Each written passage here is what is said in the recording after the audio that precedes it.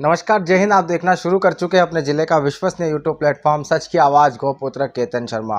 अगर नहीं जुड़े हैं तो जुड़ जाइए, हमारे चैनल को कर दीजिए सब्सक्राइब, क्योंकि आने वाली लोकसभा की ताज़ा तरीन और ऐसी खबरें, चटपटी खबरें जो आपको किसी प्लेटफॉर्म पर नहीं देखने को मिलेंगी, वो खबरें मैं आपको लगातार देता रहूँगा, लाता रहूँगा।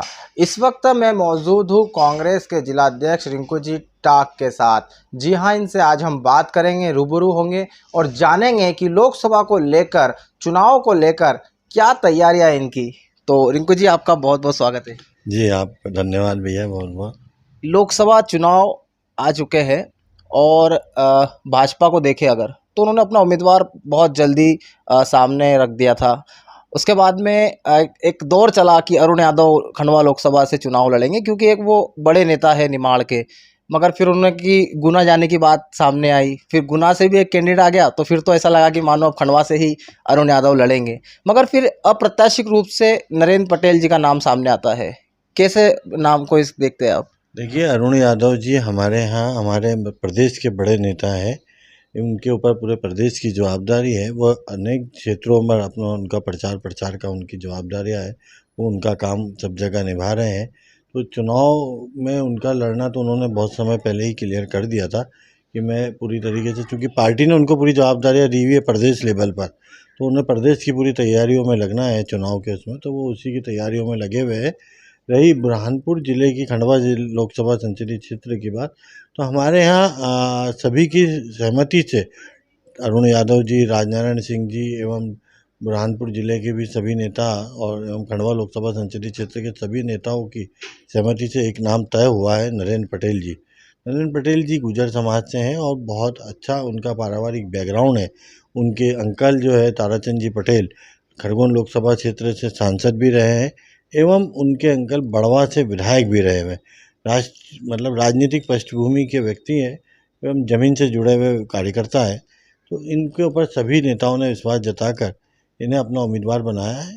तो आपने समाज को लेकर बात की कि गुर्जर समाज से वो आते हैं। क्या आपको लगता है कि वर्तमान चुनाव में ये जातिगत मुद्दे हावी रहेंगे, और जैसे राहुल गांधी भी जातिगत जनगणना की बात करते हैं, या फिर राम मंदिर को लेकर जिस प्रकार से भाजपा लगातार हावी होती जा रही है, ये मुद्दे रहेंगे? नहीं, कांग्रेस ने कभी भी जातिगत राजनीति नहीं करी है। मैंने जाति उनकी सिर्फ उस हिसाब से बताई है कि वो ओबीसी वर्ग से है, गुर्जर समाज से आते हैं। ये इस वजह से कांग्रेस ने कभी भी जातिवाद की राजनीति नहीं करी। कांग्रेस सभी को साथ में, सभी धर्मों को साथ में लेके चलने वाली पार्टी है। सभी लोगों को साथ में लेके हम लोग काम करते आए हैं। राम मंदिर सभी के लिए आराध्य है। राम मंदिर राम भगवान जो है हमारे लिए भी आराध्य है और सभी के लिए आराध्य है। उसको जो है कोई भी एक पार्टी अगर अपना राजनीतिक मुद्दा बना रही है तो ये उनके गलत तरीके से, मेरे हिसाब से बहुत गलत उनका ये सोच है, उनका विचार है। जब राम मंदिर की हम बात करते हैं तो लगातार कांग्रेस में कांग्रेस के जो साथी है वो इस्तीफे दे रहे हैं। वर्तमान में बात करूँ तो भूरिया जी के जो पुत्र है, उन्होंने अभी वर्तमान में ही जो उनके पास दायित्व था युवा कांग्रेस का प्रदेश का, वो छोड़ दिया है उन्होंने। उनका कहा कि मैं अपने लोकसभा में ध्यान दूंगा। ऐसे में अगर मैं बुरहानपुर विधानसभा की बात करूं तो जो विधानसभा में आपके इस्तीफे हुए थे कार्यकर्ताओं के, जिस प्रकार की यहाँ परिस्थितियाँ बनी थी, क्या उनको अब आप वापस लेने की तैयारी में हैं? देखिए, विक्रांत भूरिया जी की बात अगर अपन करें पहले, तो विक्रांत भूरिया जी हमारे यहाँ यूथ कांग्रेस के प्रदेश अध्यक्ष हैं। उनका कार्यकाल लगभग संपूर्ण होने की स्थिति में था और अब वो विधायक बन चुके हैं। उनके पिताश्री श्री कांतिलाल जी भूरिया झाबुआ लोकसभा संसदीय क्षेत्र से, झाबुआ रतलाम लोकसभा संसदीय क्षेत्र से वो चुनाव लड़ रहे हैं। तो उनके ऊपर जवाबदारियाँ अब दूसरी बहुत सारी हो चुकी है। तो उनका ये कहना था कि मैं अपने पद से जो है पूरी तरीके से इंसाफ नहीं कर पा रहा हूँ। पूरा समय मैं जो यूथ कांग्रेस को देना चाहिए वो यूथ कांग्रेस को नहीं दे पा रहा हूँ, इस वजह से मुझे पदमुक्त कर दिया जाए। वो किसी तरीके से कोई पार्टी से बाहर होना या किसी तरीके से उन्होंने और दूसरे तरीके से इस्तीफा नहीं दिया है। वो उन्होंने खुद ने एक इच्छा जाहिर करी थी, तो पार्टी ने उनकी इच्छा को संज्ञान में लेकर और उनकी जो परिस्थितियाँ उनके ऊपर विचार करके उनका उनकी जगह नई नियुक्ति कर दी है। और रही हमारे बुरहानपुर ज़िले की बात, तो बुरहानपुर ज़िले में इस्तीफे नहीं हुए थे कि जो लोगों ने पार्टी के विरोध में काम किया था उन्हें पार्टी से निष्कासित किया था और वो प्रदेश स्तरीय रूप से कार्रवाई हुई थी। और अब उन्हें लेना नहीं लेना ये भी प्रदेश के नेता ही तय करेंगे और उस पर भी निर्णय बहुत जल्दी करेंगे जो मैं भी सीधे लेना से हो। नाम अगर ले लूँ तो अजय रघुवंशी, क्या इनकी वापसी संभव है इस चुनाव में? देखिए कि अभी मैं इस विषय में बोलने के लिए एकदम से इतना ज़्यादा वो नहीं हूँ अधिकृत, क्योंकि उनकी निरस्त जो उनको निष्कासन हुआ था, उनका जो भी पार्टी विरोधी काम करते हुए उनका निष्कासन हुआ था वो भोपाल से हुआ था। वह भोपाल ही उनके विषय में निर्णय लेगा, अच्छा, जो भी निर्णय लेना। ये निर्णय भोपाल लेगा। अगर हम बात करें बुरहानपुर विधानसभा की, तो इसमें मुस्लिम वोट जो है वो अधिकतर बड़ा वोट बैंक है, और पिछले जो उपचुनाव हुआ था उसमें ज्ञानेश्वर पाटिल मुस्लिम वोट बैंक में सेंध लगाने में कामयाब हुए थे, उन्हें बड़ी संख्या में मुस्लिम वोट बैंक उस बार मिला था। क्या आप इस बार एज अ जिलाध्यक्ष तैयार है कि नहीं, ये जो हमारा वोट है ये कहीं नहीं जाएगा, इस बार भाजपा के पास नहीं जाएगा? 100% हमारा पूरा वोट जो है पूरी तरीके से कांग्रेस के साथ रहेगा और हर आदमी में बहुत उत्साह है चुनाव को लेकर। हर चुनाव की अपनी एक अलग परिस्थिति होती है। इस बार परिस्थितियाँ बहुत अलग है और पूरी तरीके से पूरा माहौल कांग्रेस के पक्ष में है और कांग्रेस इस बार बहुत ताकत से बहुत मजबूती से चुनाव लड़ेगी और हम लोग ताकत से जीतेंगे। जैसे खंडवा लोकसभा की बात करूँ तो इसे दो विभाग में हम बांट सकते हैं, जैसे एक निमाड़ क्षेत्र हो जाता है और एक हमारा हिंदी पट्टा जो हो जाए।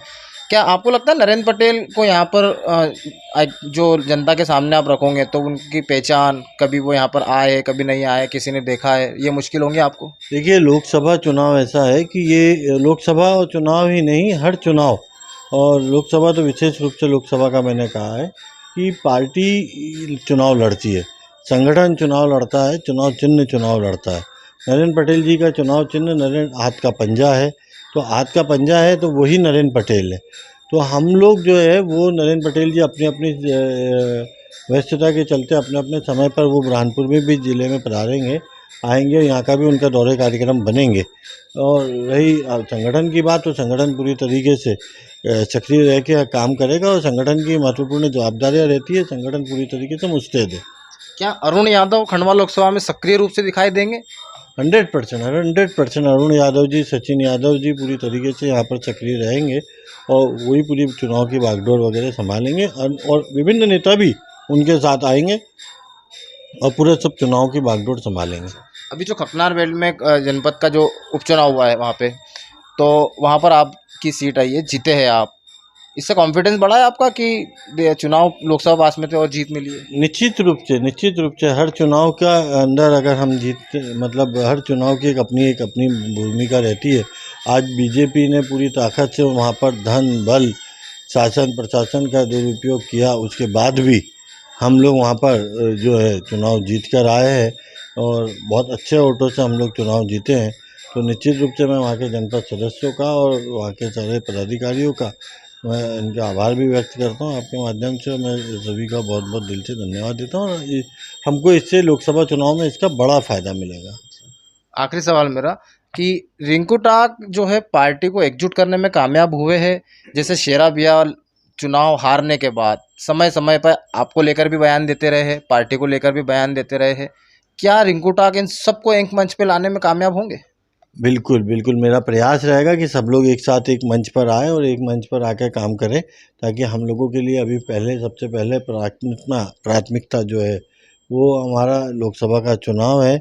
हम लोग सब एक साथ मिलके काम करेंगे, ठाकुर सुरेंद्र सिंह जी हो या और भी कोई साथी हमारे जो लोग हैं, सभी लोग हम लोग साथ में हैं और पूरे एक साथ है, एकजुट होकर हम लोग काम कर रहे हैं और आगे भी आपको सब लोग एक साथ मिलके काम करते हुए दिखेंगे। हम लोग एक मंच पे आपको सब बिल्कुल दिखेंगे और हम एक मंच पर ही है सब लोग। हमसे बात करने के लिए बहुत बहुत धन्यवाद।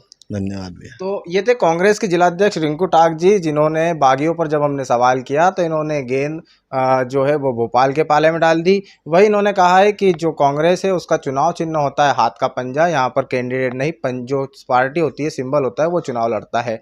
जैसे जैसे समय बढ़ेगा चुनाव की सरगर्मियाँ भी बढ़ती चली जाएंगी। अगर आपको चुनाव इलेक्शन से जुड़ी हर कवरेज देखना है तो आप सिर्फ जुड़े रहिए हमारे यानी कि सच की आवाज़ के साथ। Camera person Bhushan Chaudhary, video editor Lalit Mahajan के साथ में केतन शर्मा, सच की आवाज़।